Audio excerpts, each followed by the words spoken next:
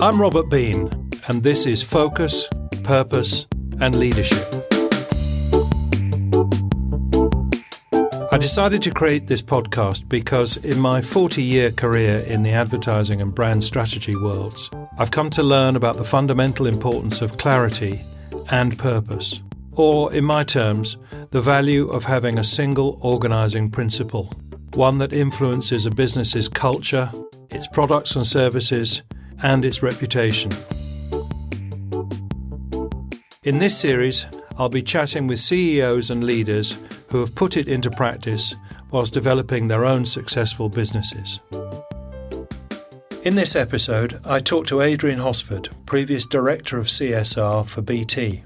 In it, we discussed the very basis of human communications, the genesis of the It's Good to Talk campaign, and how that reshaped a major corporate brand. As you'll hear, his passion for the subject remains undimmed, despite years passing and technology now leading us to communicate in so many different ways. Adrian, I wonder if we could just start with you explaining to us a little bit the context that you found yourself in when you started to relook at the BT brand and start tinkering with what it was, what the company stood for, how it was positioned. What was going on in the macro environment at that time? Yeah, well, it was after privatisation. I joined BT just after privatisation as their first real advertising manager, because the history of BT was about suppressing demand rather than encouraging it because of the lack of telephony that was available. So it was a whole new era, customer-led, and I was got a part of the new team that came in to try and turn it around. And the immediate years after that, say till about 88, so 1984 to 1988, those years were all about, if you like, just getting good advertising out there, getting things running. And we didn't, at that stage, really look seriously at the brand. We made some assumptions. We got on with it. And we'd run some very successful advertising, like the Maureen Lipman BT advertising, which was very successful at a popular level. But I became concerned that we really needed to do the job really robustly and thoroughly. So I commissioned some research to look at the brand. What are the underlying needs that the customer had of BT? So we went right back to basics, looked at all the research. And one of the things I found was that there really was very little research about customer needs. It was all product-based research.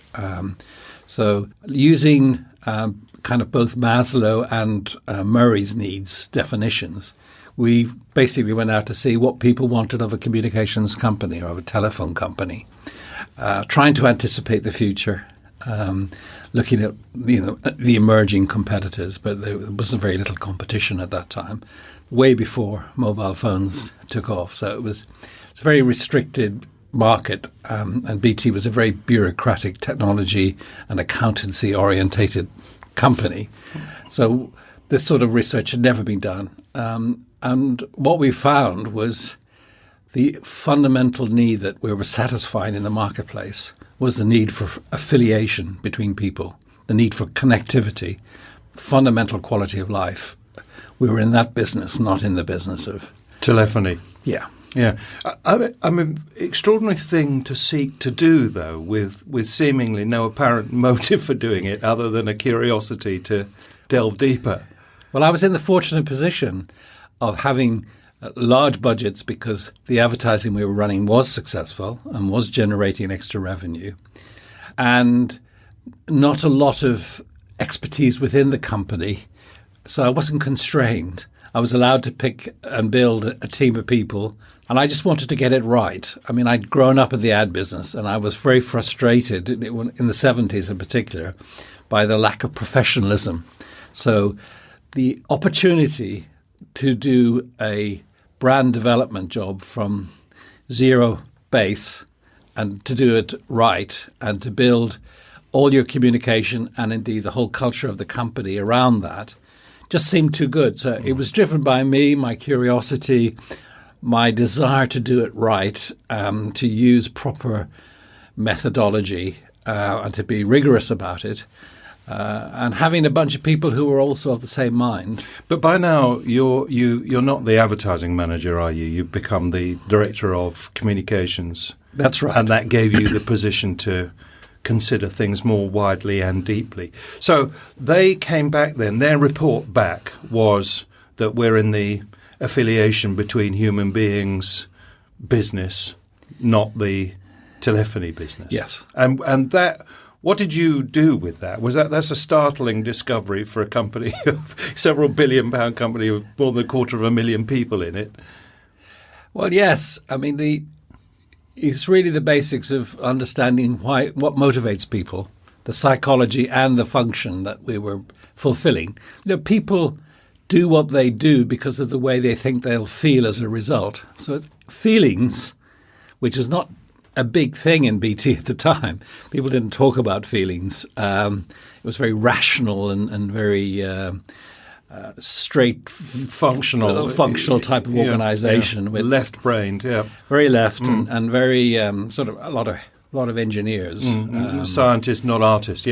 So, in that environment, I needed research to back up anything I was going to do that was very ambitious. So how did this finding go down then, and how were you explaining it to these scientists, engineers? I knew it was going to be controversial. I knew it was high risk in their terms. So the first priority really was to be very precise about what our brand position was, and we actually technically defined it. In affiliation, there are a whole series of sub-needs, but we defined it at the highest form of affiliation, when people really start to exchange confidences. So the technical brand description was reciprocated confidences. Because I was quite a rational person in a way, that I had to personally transform to live this brand, and that my team needed to transform. So there was no point in us doing this in a rational way. We had to actually know what that felt like. And therefore I commissioned people to come in and help us to understand the human side of connectivity, because that I perceived was a big deficit in the team. Just going back to the specificity of the language, though, the notion of reciprocated confidences, when presented with for the first time, is enough to make someone go, bloody hell, what are you talking about? And I mean, I certainly, if I can enter stage left, it took me a very long time to figure out what it meant. I mean, we'll come back to that. But was that the phrase that was being marched around the business? And were you in the CEO's office and board, saying, look?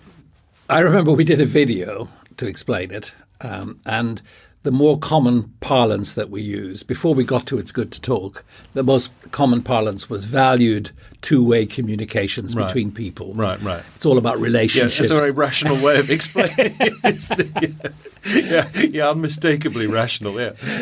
So we went to the extent of producing the video, which of course had some emotion in it, and we used words to describe it. So I wasn't preaching reciprocated confidences to everyone. That was an internal use. That was before it became expressed for the outside world. Then. That's right. Yeah. So when I arrived in the early 90s, I felt you passed me a hospital pass somewhat by saying, by the way, there's Maureen Littman, who's been hugely successful, but she now needs killing off. Can you go off and kill her off and find a replacement? I mean, paraphrasing what it was. And the replacement had to come from this notion of reciprocated confidences.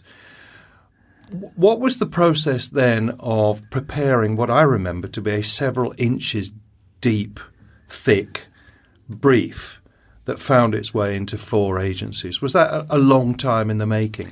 It was, and it was based on lots of research, because as well as finding the brand position, we needed the prime commercial objective was to grow the market. We could only lose market share. So we had to grow the market, and we had to grow it faster than it otherwise would grow. So we had to understand what was restraining people's use of the telephone. Why weren't people communicating more? And we discovered we had to attack these underlying attitudes.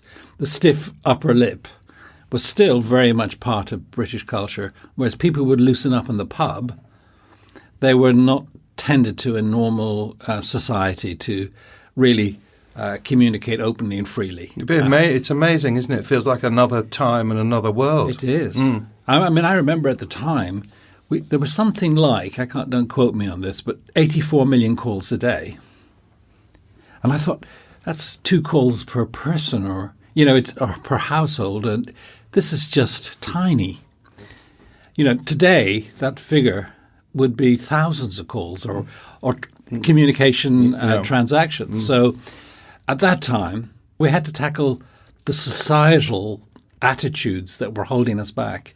So, particularly what we found there was men were putting huge pressure, the gatekeepers to the house phone. Yes. So they were putting huge pressures on their family not to use the phone because they saw it as a cost.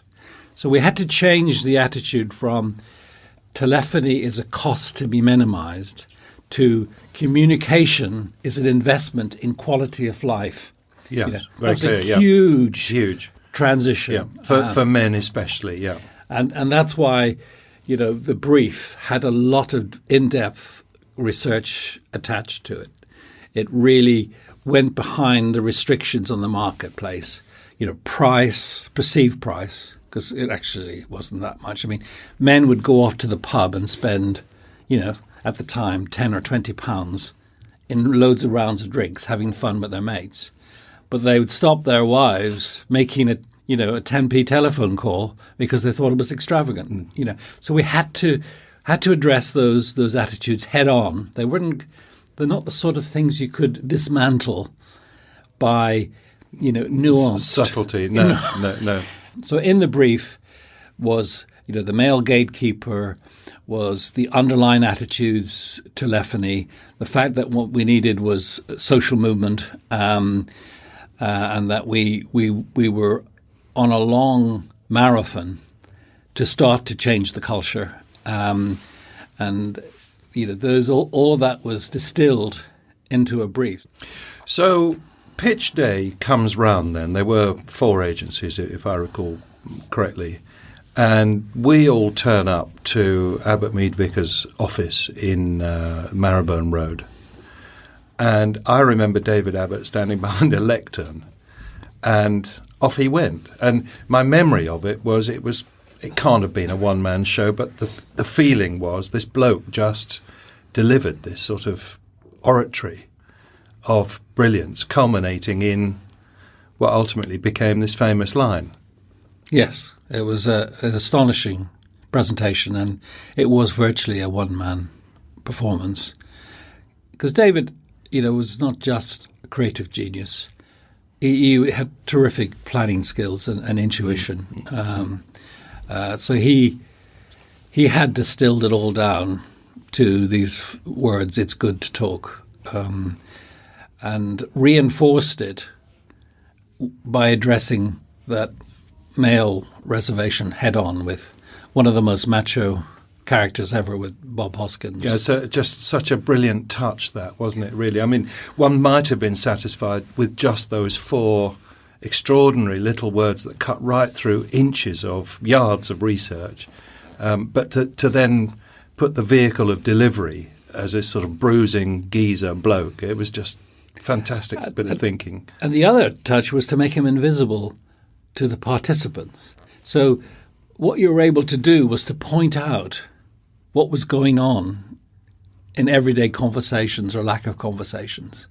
So he could pop up in the sitting room or the bathroom or anywhere, and just reflect on what was going on and how silly the behavior is, because communication is very invisible. People take it for granted. Communication is such an important human attribute, but we're not aware of it. We think it's built into our character. So the chance to observe what's going on here. I mean, I remember one execution where a son rang his mum saying, just a quick call before I pop out. We're going out to the film or something.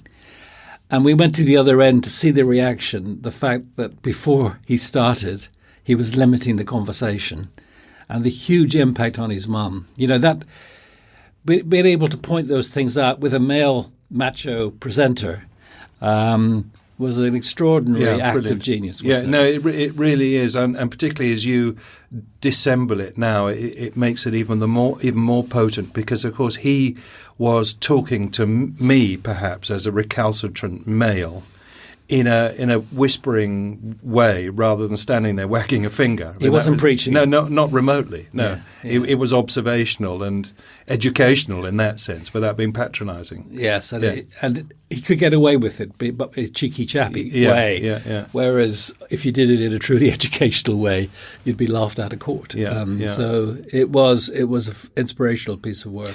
I remember a meeting after that, where the gang of those of us involved, it stretched about 9 or so, met.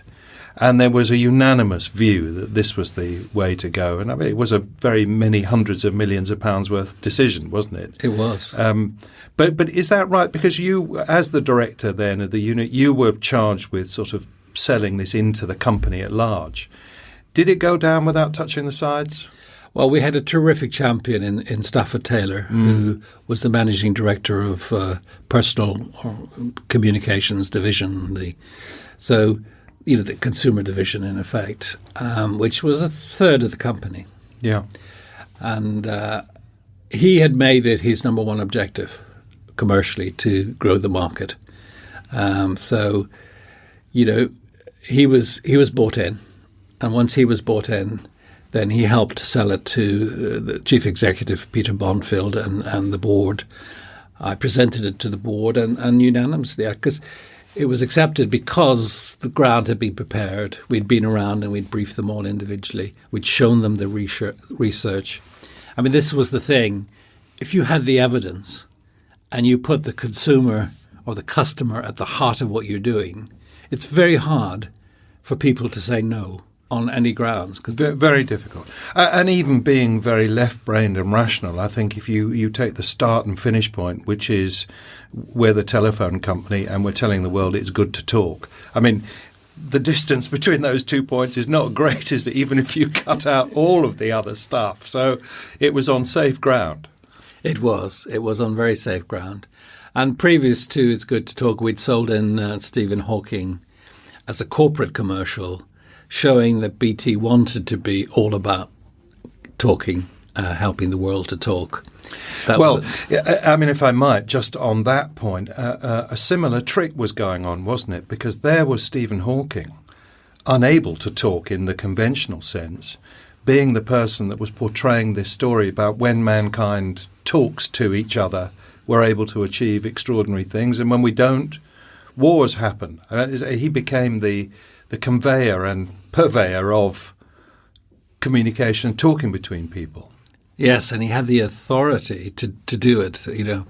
Mankind was just like the animals till we discovered how to talk and listen, and then to make the impossible happen. So he was accepted as an authority because he couldn't talk, because he had to talk through a machine.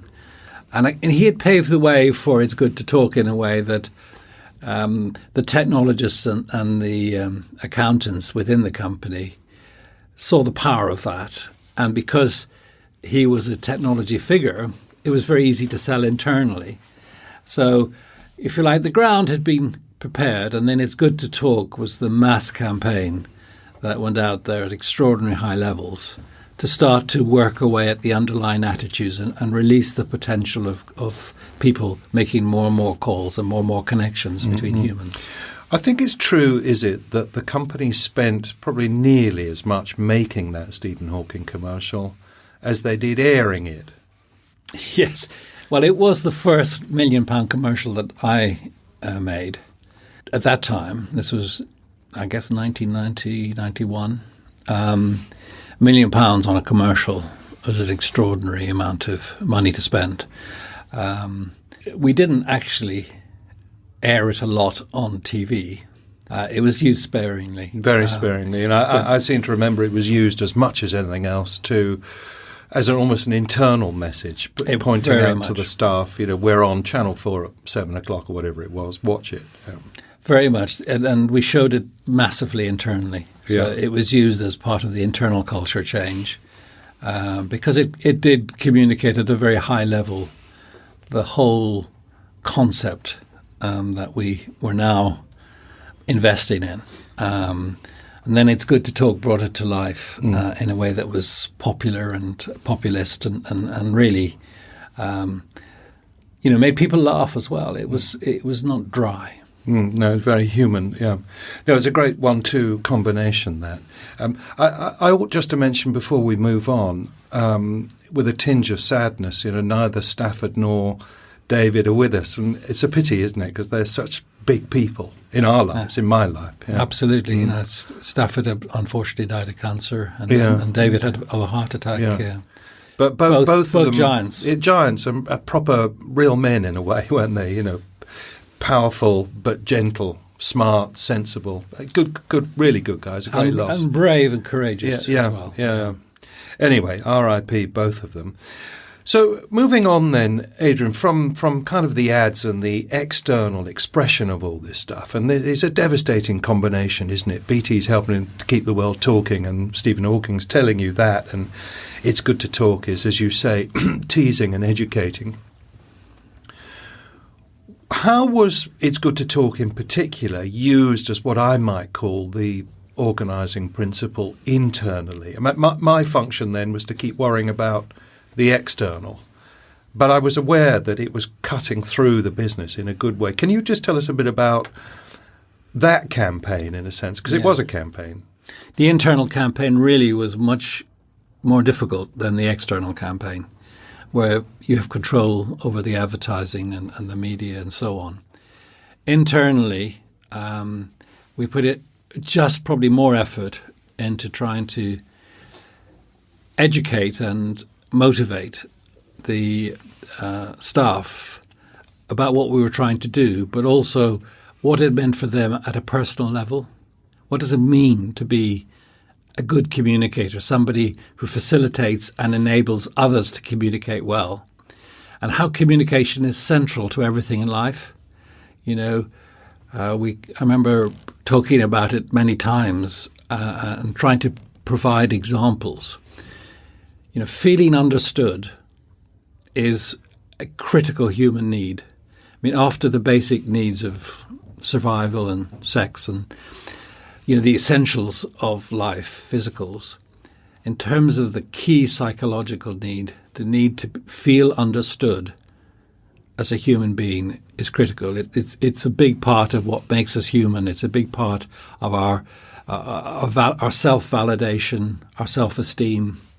Without feeling understood, it's very hard to be successful in life. Mm-hmm. So making that concept and bringing it to life in terms of emotions and feelings, and showing that it's okay to be human with customers, demanded an enormous amount of internal work. And we ran campaigns that were very sophisticated, involved all of the things you would now understand, like one-to-one cascade systems, team meetings, internal TV, internal audio.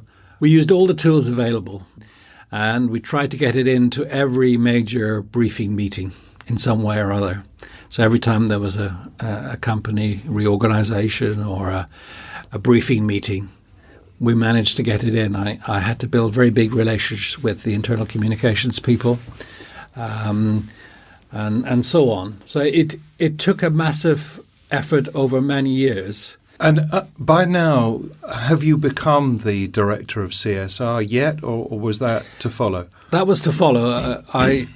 The campaign was incredibly successful and ran at a huge level of impact and exposure for I think 4 years. And I was increasingly involved with the internal campaign and trying to bring it to life, make the brand live inside the company. But also at the same time, mobile telephony and broadband and data communications was growing. So the company started to change direction in its advertising. And I moved across to corporate responsibility. Okay. Well, before we go there, because I mean, there's much more I think to be had from these what we've been talking about in that guise.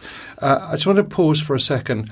When you were campaigning those notions, to what extent were you talking about this being BT's purpose?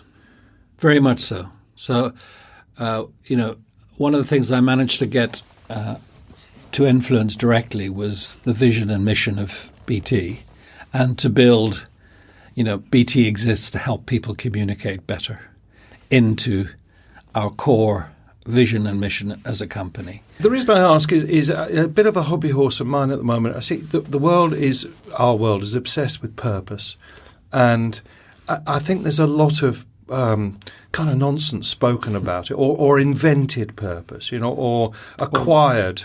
Like the Gillette advertising. Well, I mean, lots, and you see them on the TV screens an awful lot. But here, I think, was one which was back in the day that came directly from the loins of the truth of what that business was there to do, wasn't it? The enablement of certainly communication. I mean, better communication was an added factor, but it's an undeniable truth, isn't it? Therefore, very much so. I mean, it was unarguable, really. We were in the business of helping people to communicate. I remember examples of engineers being trained to rethink that they're not there just to fix the wires.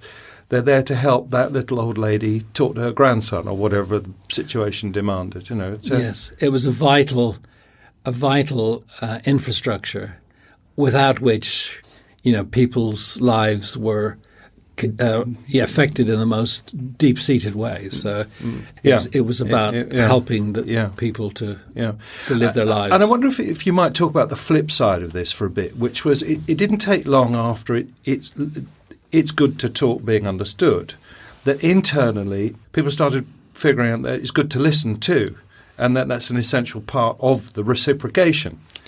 Yes, we did try to demonstrate that dialogue is more about listening than talking. So it's good to talk is colloquial, but we wanted it to definitely include listening. And we bent over backwards to try and bring listening to life within the examples that we did, and training people in listening skills. So active listening was one of the things that we actually did training courses on. Yeah, fantastic. So powerful. Mm. It is very powerful, far more powerful in a way than being a good talker. If you can listen. Yeah. I mean, the ironic thing about good communications is that it's all about really investing in understanding and listening, and not about talking. And that is something that's very hard to get across. And I know we had lots of internal exercises to try and bring that to life for people, and to give them, in essence, the good examples of listening come from the counselling skills. And I got the world's expert in counselling skills, Professor Gerard Egan, to come and tutor us. And I remember with you having conversations that were extraordinary and very close because of that training. We were taught how to do it, but it is a process. The best way to be understood is actually to understand others. Mm. Well, I mean, words of simple but profound philosophy, again coming from the then representative of the telephone company. There's a lovely symmetry to all this. Moving this on then, I recollect It's Good to Talk and I think Stephen Hawking, either both, being sent to Tony Blair and others. It was our attempt to try and influence exactly what you've just been saying, actually. What were those stories? Well, we did, clearly want to, create an understanding that what we were doing wasn't just in our commercial interest. I mean, clearly it was, and we weren't ever going to deny that. Pretend otherwise. No, essentially, it was in our commercial interest. but much broader than that. It was in Britain's interest. It was in the interest of the world. And that what we were saying, was important for society and the economy. So we did everything we could to demonstrate how effective communication is the enabler to make everything work better. If you look at all drama, you'll see that 90% of it is based on poor communications. That's where all the drama comes from, is people not communicating well. So in reality, if you can improve communication in society, you improve business, you improve lives, you improve relationships. When you talk like this, though, Adrian, the subject matter is of such magnitude that, as you say, it's way beyond even commerciality, actually. It's for the furtherance of human understanding and development. And I seem to recall there being talk of a communications university, or if not a university, then certainly courses in this stuff. Whatever happened to all that? Well, I felt that this was of such significance that we had to underpin it with a reality. So we're not just preaching or trying to get our message across, that we're investing in understanding and trying to help the knowledge of how effective communication works and the efficacy of it. So we did invest in, what was called the Communication Forum. We had some of the leading global communicators, professors, practitioners, and we created this as an independent forum, which BT funded. You asked what happened. It has petered out. It featured, when I was there, it featured very much in the corporate responsibility. And I continued it right through. And there are some remnants still going. But I guess in a much more competitive world where broadband is so critical as a transaction function, then it's increasingly slipped onto the back burner. Yeah, or the information superhighway, as it used to be referred to in those days. But I interrupted you earlier, actually, and so picking up on broadband, you were saying, I think, that technology and society started to change. And I think you are now very much director of CSR in the company. And there was pressure then, was there, to relook at It's Good to Talk in its literal sense? There was. And we also went out at an incredibly high television rating level. So the impact was quite dramatic. And you know that old saying, the client is always the first to get tired of their own advertising.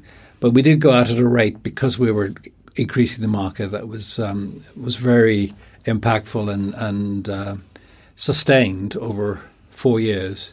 So I think as I started to move away to the corporate responsibility side, the pressure was on to change. As a matter of interest, sorry for jumping in, whilst that campaign was, the external campaign was sustained over 4 or 5 years, was the internal campaign sustained equally? Were there now institutionalized training practices and were people being recruited in accordance with their ability to live with and foster it being It's Good to Talk and all the rest of it? Had it become...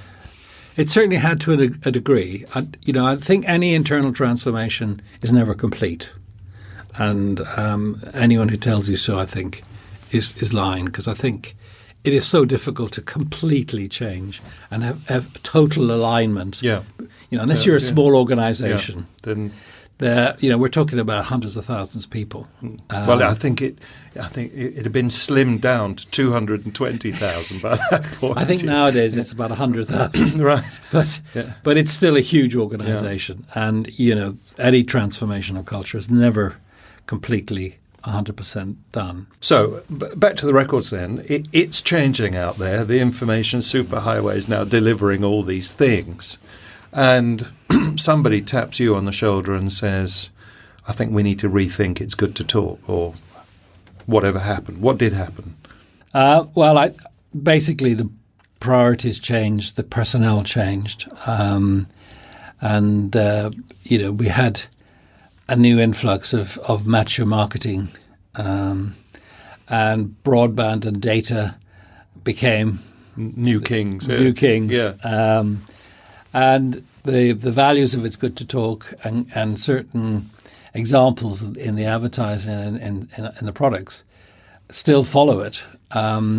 It always comes through on the research. I mean, I left BT now 10 years ago, so it's remarkable. But I have got people who are in there and who tell me that the research does still show that the brand has got huge dollop of It's Good to Talk and everything else. I'm not surprised. I mean, in your experience, have you encountered a similar situation where an organisation has applied what looks on the face of it to be very simple, straight line thinking and arrived at a conclusion as clear and compelling as this? There are very few, aren't there? It's hard, isn't it, to think of examples that are equivalent.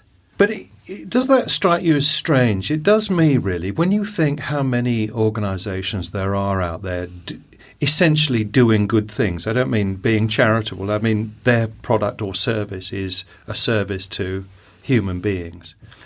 You would think that it would be possible, by asking the right questions and following the right path, for them to get to some fundamental truth about their purpose in the world, and for them to find an equivalent of a David Abbott. Perhaps that's the harder part, actually, but find a way of expressing this.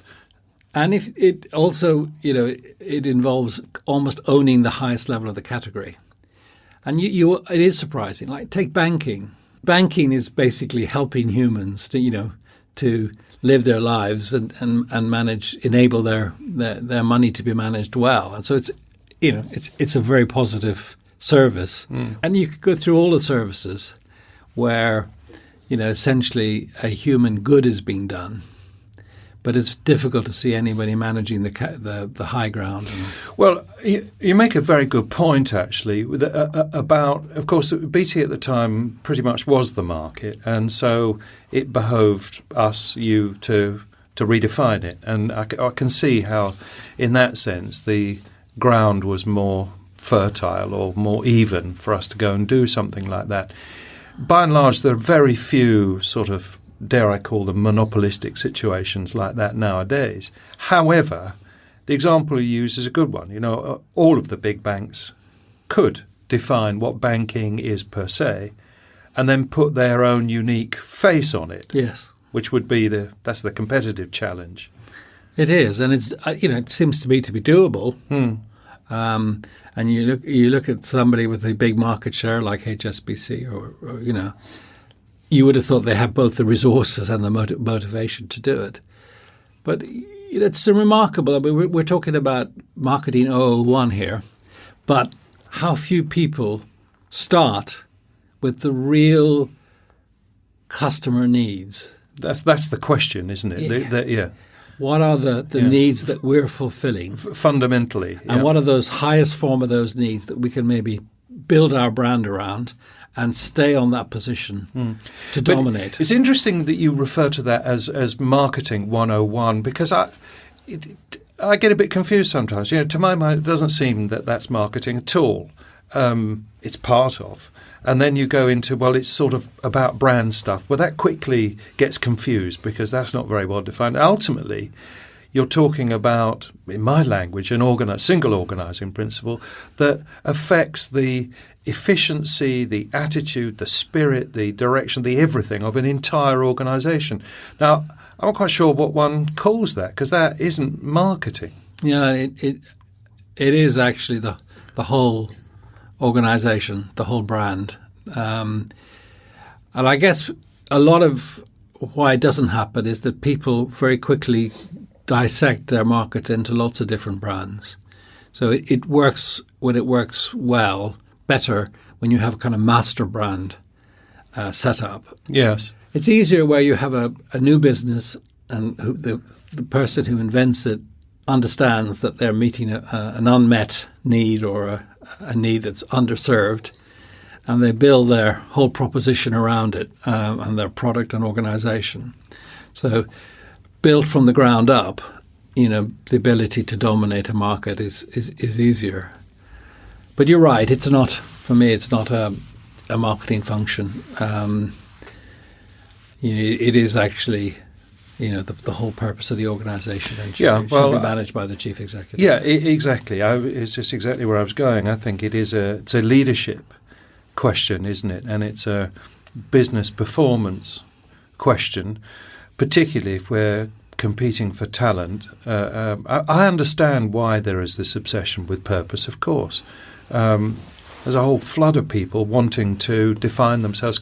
Somebody was talking about how they were told by a major organisation that they were there to work for themselves. It was a very unusual thing to be told, but of course you could see what the company was doing. It was enabling and allowing this said individual to find themselves and be themselves, to the ultimate good of the business. But I think brand purpose has become very fashionable because of social media, So the big nirvana now is to get, an expression of purpose which goes viral and, gives you free media coverage. And everybody's trying it, aren't they, to come up with yes. Yeah, in retail, it's the Christmas commercial, or But it's amazing how quickly they give up or change. Staggering, isn't it? Yeah. Which perhaps says everything about what their real motivation was. I don't know. We could get into it, but you put it very well. That it is very fashionable, and it's a pity that something so profound should be being treated in such a cynical way. Yes, it is. I think. And it's also, I think, really disappointing that a lot of the training and marketing education and business education and leadership training really doesn't do justice to this subject. What is the purpose of the organisation? How do we meet fundamental human needs? How do we define the highest point of those needs that we want to be famous? I love the expression, you can only be famous for one thing. Mm-hmm. And I think it's an absolute truism. You can only be famous for one thing. And finding that ground and holding on to it is so critical to any organisation, any leadership. But it's something that's neglected and overlooked or taken for granted. For many reasons, it doesn't get the serious consideration that it deserves. Mm. Well, on that note, hoping that the world's listening, let's leave it there. But I want to thank you very much, and also tell you something that I hadn't previously told you, that having persuaded me to join the company, at the time against my better judgment, and I was wrong to resist, there were times in my time there with you that I would go home and sit on my bed and weep with frustration, because exactly as you're saying, as the marketing people division budgets, too much time on their hands and start interfering, and it was deeply painful, political and awful. There were other times where I would sail home because the scale of what we were doing meant that we could call on talent and resource literally across the world. I remember conversations with people in New York and with Sydney, and our reach was beyond measure. So the best of times, not quite the worst of times, but the ultimate point is, as I constantly say to people, probably daily, it still is good to talk, isn't it? Yes. I mean, if I could just mention one thing in terms of, the privilege that it was to be able to work with world experts, great people, and to have people like you, because I know it was a risk for me to hire you at the time, but I knew I needed somebody who had the skills to appreciate this and had the intuition, to know what it would look like and feel like in good advertising. And those risks, they've paid off. You did a fantastic job. Well, that's very kind. I do note that you listed the people as experts and very brilliant people and you. So I'll count myself in an adjacent box that was rubbing shoulders with them. But thanks, Adrian. Thanks so much. It was absolutely brilliant. Thanks again, Adrian. Please do subscribe to the podcast in your usual podcast app to get new episodes when they're released. If you have any comments or questions, don't hesitate to get in touch with me. It's robert@robertbeanbranding.com. Thanks for listening.